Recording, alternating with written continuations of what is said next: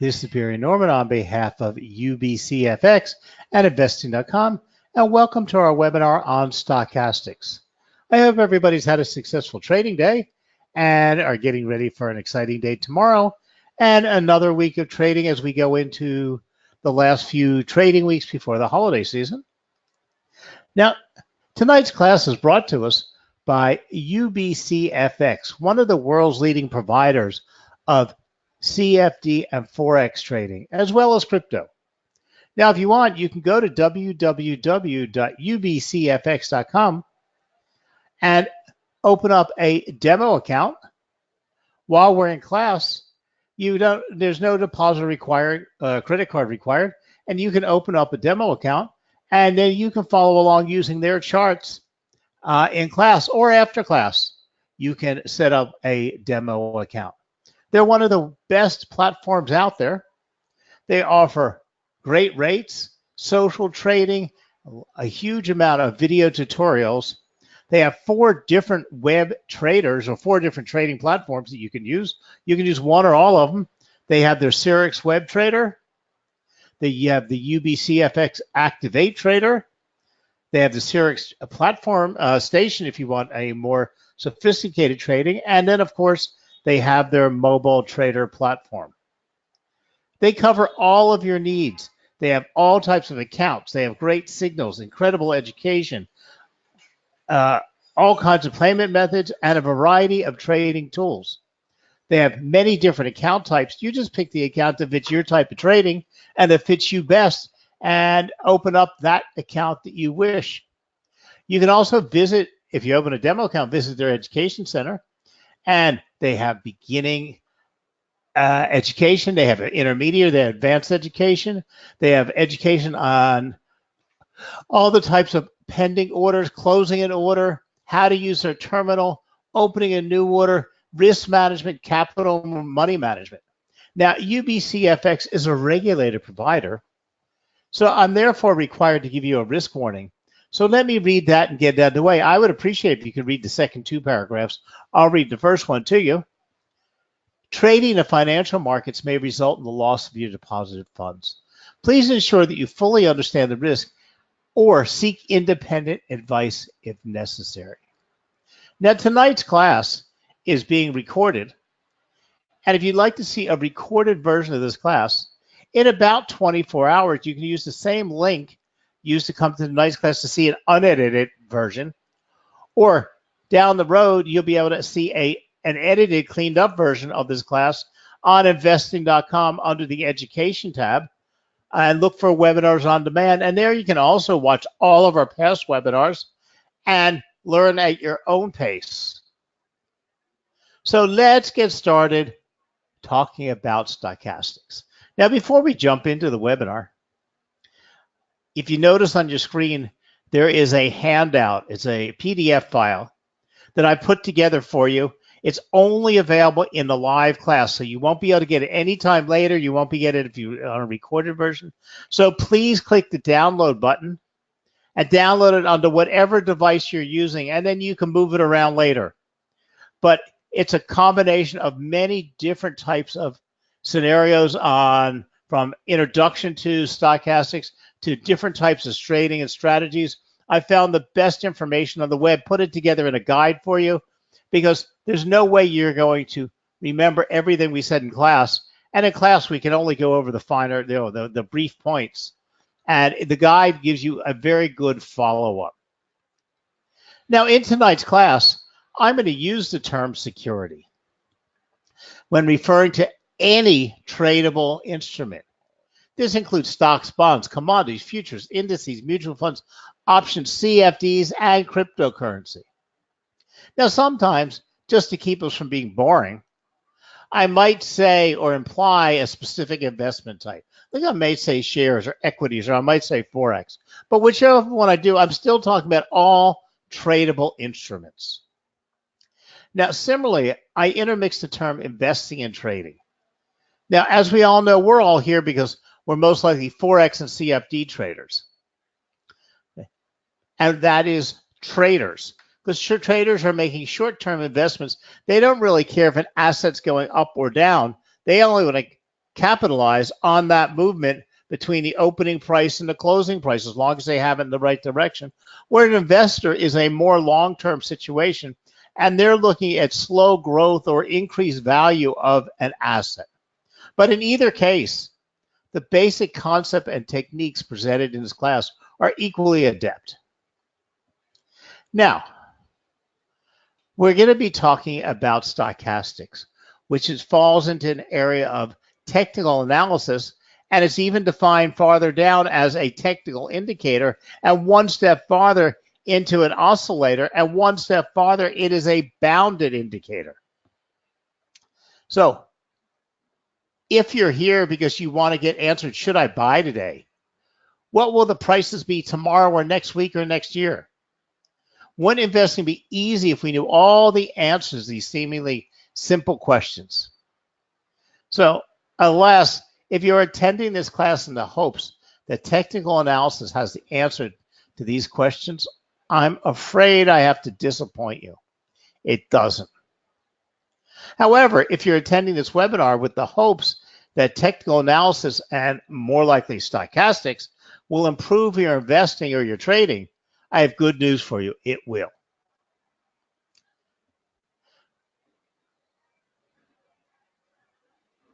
So stochastics will help you trade your times. Stochastics tells you if an asset is overbought or oversold. So have you ever seen an apple fall on the head while sitting under an apple tree? Well, Newton did, but the rest of us sure haven't. So remember, what goes up must come down. And it's true, and it applies to the financial markets as well. And there are several chart oscillators that will try to identify when price turning points that investors could exploit. So stochastics, in most times, tells us when an asset is too heavy to the top or too heavy to the bottom. And when you're dealing with overbought and oversold indicators, you have to remember an asset can remain overbought for a period of time or oversold for a period of time.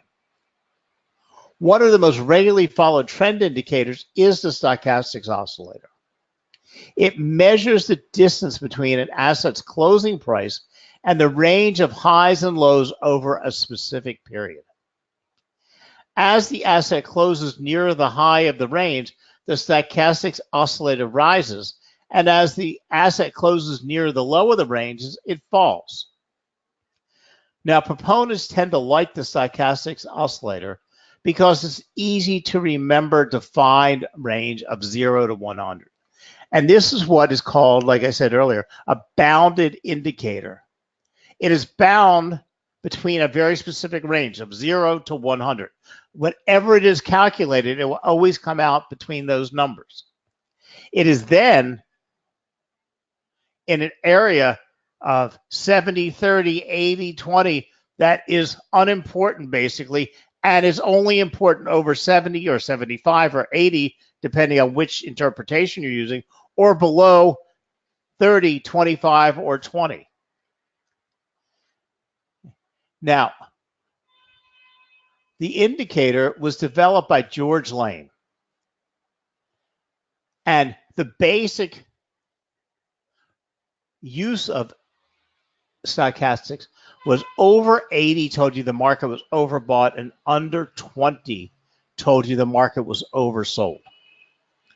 But over time, we found ways to adjust that.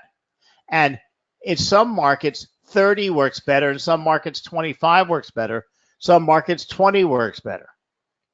And I prepared a presentation for you because the one benefit that we have to stochastics over a lot of oscillators is you can personalize it and customize it extremely easily. Now, Dr. Lane developed the stochastics oscillator in the 50s. So his initial development was really for the stock market and for some futures trading or agricultural trading. And he's quoted to say, if you visualize a rocket going up in the air, before it can turn down, it must slow down. So just imagine, you shoot a firework up into the sky, you know it's going to go up, up, up, up, and up. you do know eventually it's going to reverse and fall down. Now, it's hard really to visualize its loss of momentum as it moves up. You can easily see it when it turns and falls back to earth. But there's at a point where it begins to lose the momentum. So you can say at that point it is overbought. It's overshot its height. There's the way it'll propel. And this is what stochastics gives us. Now, we're going to take a look at the steps to add stochastics onto our chart. But we don't ever have to do any calculations because it's a standard indicator and can be dropped directly on our charts. Now, as with most oscillators, you first need to know the directional trend of an asset, whether it's rising or falling. And you'll need to determine that trend over a set time. For example, a 20-period moving average. It may help to look at your assets in a table and see the direction or the relationship to the SMA. So in other words, you need to see whether it is rising or falling. Stochastics shows very little help for us in a range-bound market because range-bound markets don't get overbought and oversold.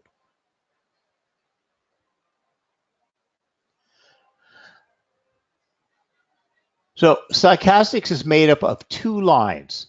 They're called the K line and the D line. And these K and D lines are calculations based on the opens, the closes, and the increase in value over time. So the fast moving line is shown as a %K, and the slow moving line is the %D. A slow stochastics smooths the %K line using a default 3-period simple moving average. And the %D then reflects a moving average of the %K. Now, remember, all indicators, all oscillators, almost every technical analysis only has 5 pieces of data to rely on. They all use the open, the high, the low, and the close, and sometimes volume. But that's it. So once we have those 5 pieces of information, there's actually thousands of different indicators that have been applied in different formulas or different mathematical equations using the same numbers.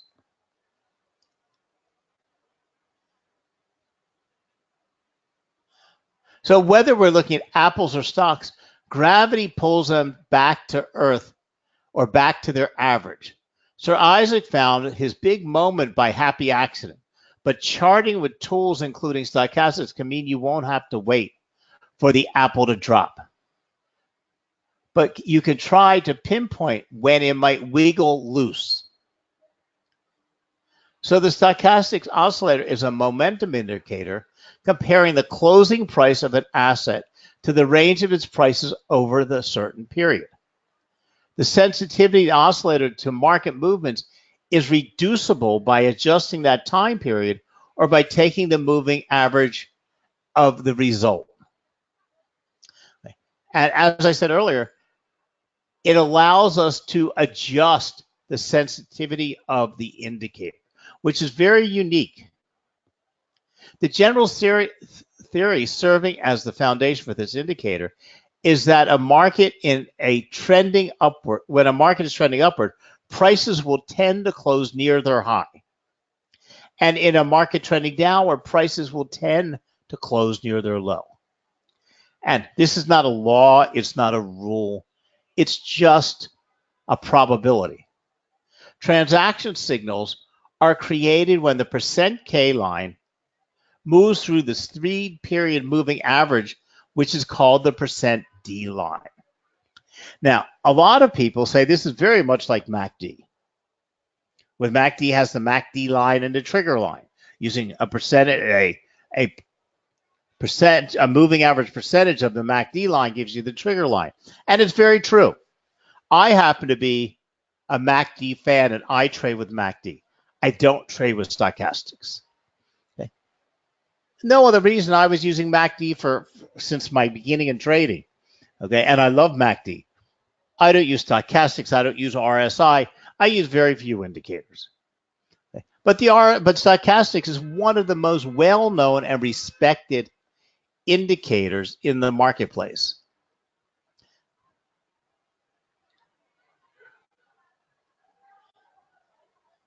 Now, laying also expressed an important role of the stochastics can play in identifying overbought and oversold levels because it is range bound. This means it's between 0 and 100. So considering the most traditional settings of the oscillator, 20 is typically considered the oversold threshold and 80 the overbought. So we talked about a lot of words here. So let's go over to a live chart and let's take a look at this in reality. Okay, we're looking at a current gold chart only because that's what I use for class. And if you would have gone up to the indicator button on top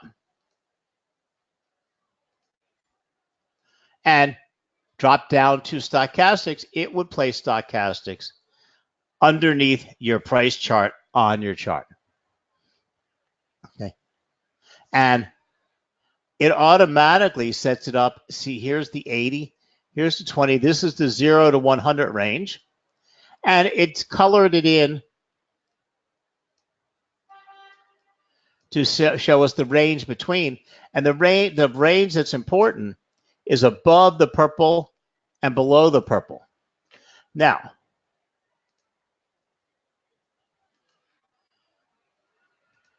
every indicator, every chart service, okay, will allow you to set it for your own.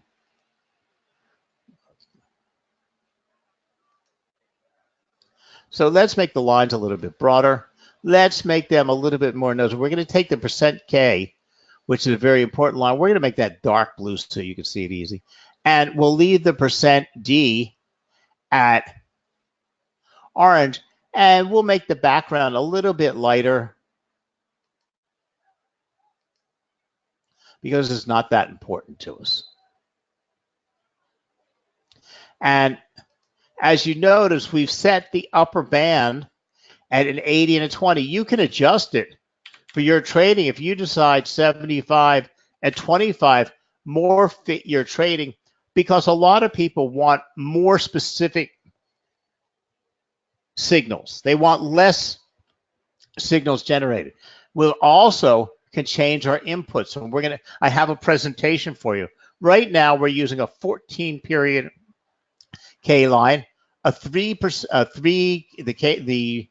D line is the 3-day moving average and is smoothed over a 3-period moving average. So we're using a 14-3-3. Okay. But that can be changed to give us less signals or less sensitivity or more sensitivity, depending on how you're trading. Like I said, I have a presentation set up for you that'll help you see that, but that'll come in a little bit. So right now, we have our indicator on our charts. Okay. The question is, what do we do with this indicator when we have it on the charts? Well, let's first take a look at some lines. Let's take a look at every time the market shot up or down, and every time we got a crossover,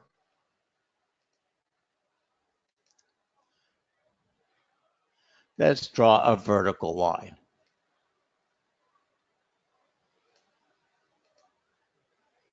Let's make this a darker and bolder for you. Let's make them black and we'll make it thick. Let's do another one here.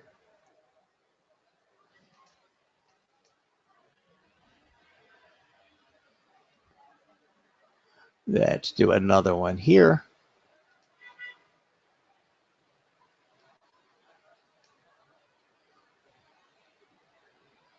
Let's do another. And all we're doing is looking at where the markets have had tops and bottoms in ups and downs, and we're just going to compare it. All I'm doing is setting up something to compare to look at easier for us. Okay. So we can see right here, the market hit the bottom of its downtrend. This was the lowest moving candle in this movement. And look at what happened with the percent D and K line. They crossed each other here, predating the market to tell us that we were getting ready to see an move up, or that the downtrend was oversold and should be getting ready to reverse. In other words, it had lost its momentum. At this point, we have a pair of crossovers right after this crossover. It's telling us the market is overbought and is about to topple over. Here again, we see the same thing. We see the crossover right in before it, and then we have the line where the market actually reversed and moved up. And here we have the same thing. We have the crossover preceding the actual. So in other words, it's crossed over earlier. But if we also look very carefully, at this point, we see the market has moved down at this point below the 20 level, okay, telling us the market is oversold. Okay. The crossover would be the implication of when to get in the market. And there we go. Okay, here again, we have the asset crossing into the overbought. So it's telling us at this point it's gathered too much momentum, but we're not sure when it's going to flip over. We get the crossover here, and it's telling us it's about to decline. So we can mark these on charts and see how responsive our stochastic lines were to our charts. And this is where you might want to start changing, because if you see some of these, you got a little bit of false signals, or they were a little bit too early or too late. By adjusting the inputs, you can reduce your sensitivity. So in other words, stochastics is very nice, because what we can do is we can come back here and we can change everything back to an 80-20.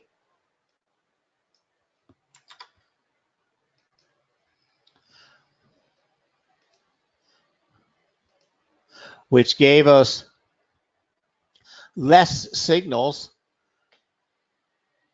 but more defined signals, because then we saw it moving into the overbought closer to the crossover. And we could also increase the sensitivity of the indicator by changing this 14 to a 20. And it'll give us less signals, but more reliable signals. It just depends on what you're looking for. Another way the stochastics works very well for us is through what's called divergence. A divergence occurs when the price is moving up, but the indicator is moving down. In other words, in the opposite direction. Divergence doesn't occur all that often, but when it does, it is a fairly reliable indicator. In other words, here we have price moving up, but we have our indicators moving down. So we can either get information from the stochastics indicator via overbought and oversold levels, crossovers, as well as divergence. So it's a multi-purpose indicator. So let's go back to my PowerPoint.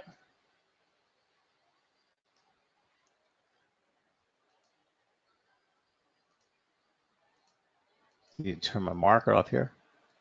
So the stochastic oscillator is calculated as the following. Once I explain it to you, you never have to do it again. Okay. The percent K line is simply 100 times the most recent closing price minus the low of the 14 previous trading sessions, divided by the highest price traded during the same 14-day period minus the lowest price of the 14-day period. So these two numbers are exactly the same.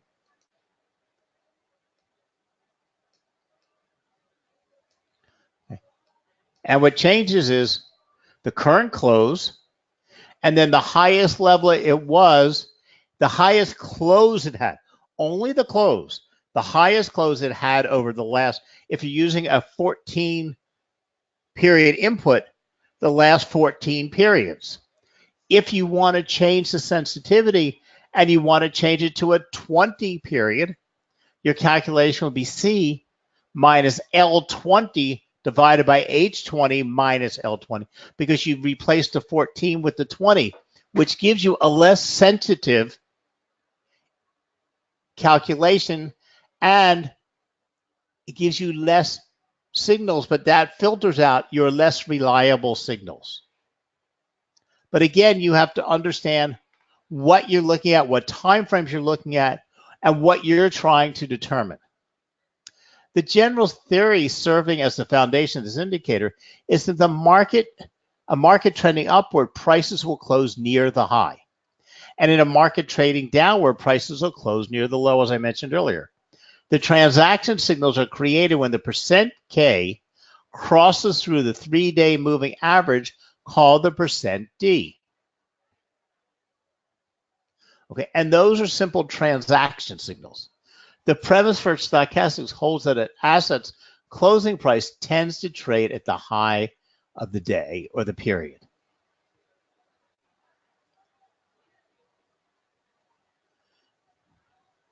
So the percent K line is the fastest, and the D line is the slower of the two lines, because the D line is a moving average of the K line.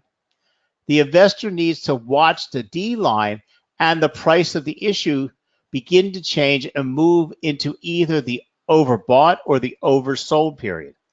The investor needs to consider selling the asset when the indicator moves above 80.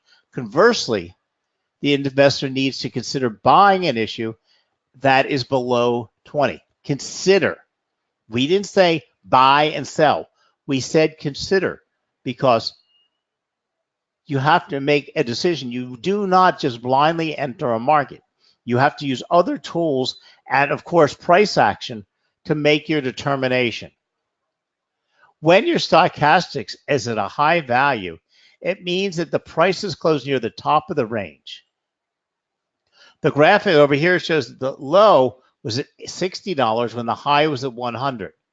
So we had a range of $40, and the price closed almost at the very top at $95. The stochastic shows 88%, which means the price only closed 12% from the absolute top of that asset.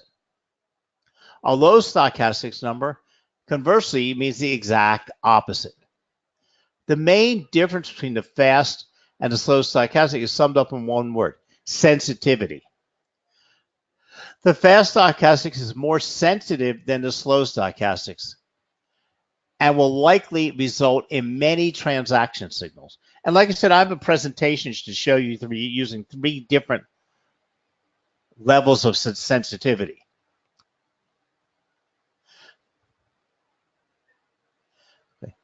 There are 3 versions of the stochastics oscillator. The fast stochastics oscillator is based on George Lane's original formula for the percent K and percent D. Percent K is the fast version that appears rather choppy, and the percent D is the 3-day. In fact, Lane used a percent D to generate buy and sell signals.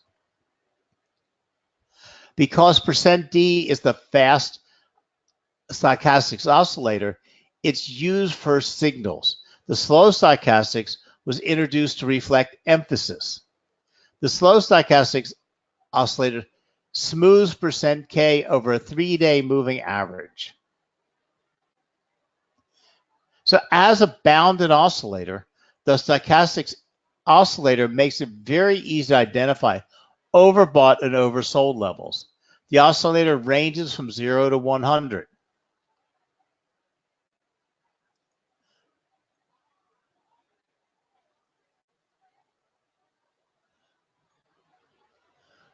Okay, let me pop up and run the presentation I have for you, showing you how to incorporate this in your trading on charts and how you would adjust and how it affects the stochastics indicator by adjusting the sensitivity levels. So hold on, let me get this ready for you.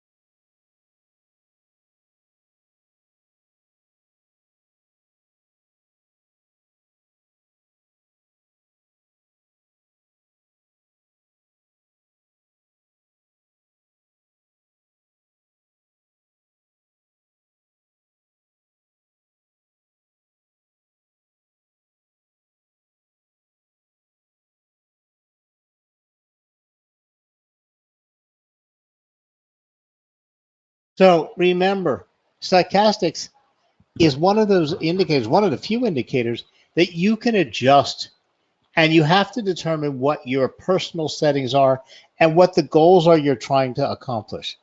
There is no steady, hard, fast rule. Now, there's lots of gurus out in the marketplace kind of tell you, well, I use 42, 7, and 14, and when this happens, that happens, this happens, do that. Well, sometimes that works and sometimes it doesn't, because you don't know what's in that guru's head, and markets change. By testing and coming up with your own favorite settings or what works best in the time frame you want, and understanding what you're getting. Are you getting lots of signals, or are you filtering out a lot of the signals? And why you're using it will make it serve you and make you a better trader than the guy across the way. And what you want to do is become a better trader, okay, by customizing and personalizing stuff. So while momentum oscillators are best suited for trading ranges, they can also be used when securities that trend, providing that the trend takes on the zigzag format. Pullbacks are parts of uptrends that zigzag higher. Bounces are parts of zigzags that the market moves lower. In regards to stochastics oscillator, can be used to identify opportunities in harmony with the bigger trends.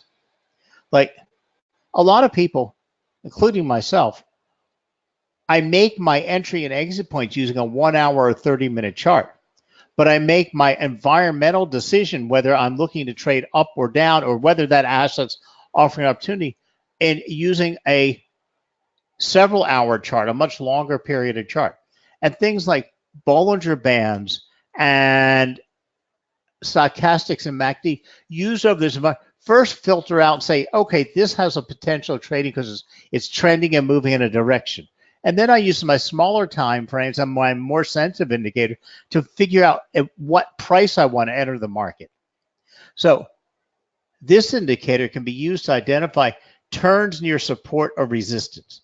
Should a security trade near support or resistance, an oversold stochastic oscillator would look to break above 20 to signal an upturn and a successful support test. Conversely, should a security trade near resistance with an overbought stochastics looking to break below 80. The settings on the stochastics oscillator depend on personal preference, trading style, and time frame. A shorter look-back period will produce a choppy oscillator with many overbought and oversold readings. A longer look-back period will provide a smoother oscillator with fewer overbought and oversold indicators. So like all technical indicators, it's important to use the stochastics oscillator in conjunction with other technical analysis tools. Volume will help you see and understand how the markets are reacting, and do all the other traders, are they still buying, and is the volume still going up when an asset's an overbought? So that means it's going to stay an overbought for quite some time. You want to look at where the next support and resistance lines are. You want to analyze breakouts, okay, to confirm or refute signals produced by the stochastics oscillator. So there's a lot to know here. There's a lot of different uses, and because it can be customized and personalized and easily adjusted, that you have to play with this indicator to decide where and how it will fulfill your needs. But if you start out with an 8-3-3 setting or a 10-3-3 setting, that's a 10-period look back or a 14-period look back, and a 3-day smooth and a 3-day K period, you'll be all right. And then start adjusting it from there, deciding how you're trading and what you're looking to trade and what you're using it in conjunction with. But use it on a demo account. Set up a demo account with UBCFX and try it out. Play with it. Don't trade with it. Okay. Once you've got it down pat and you've used it on a demo platform for 30 days and see how it works and know that it's improving your trading, then incorporate into your trading strategy to trade with live money. Because you should always be cautious and take time to practice. So thank you very much for joining us tonight. Hopefully that handout I gave you will help you with a lot of this information, and at least you have some kind of a reference point. Thank you very much. Have a great trading week. And remember, www.ubcfx.com and open a demo account, use their education materials, and try their demo account to try some trading with Stochastics. Have a great night now. Bye. Thank you for joining us.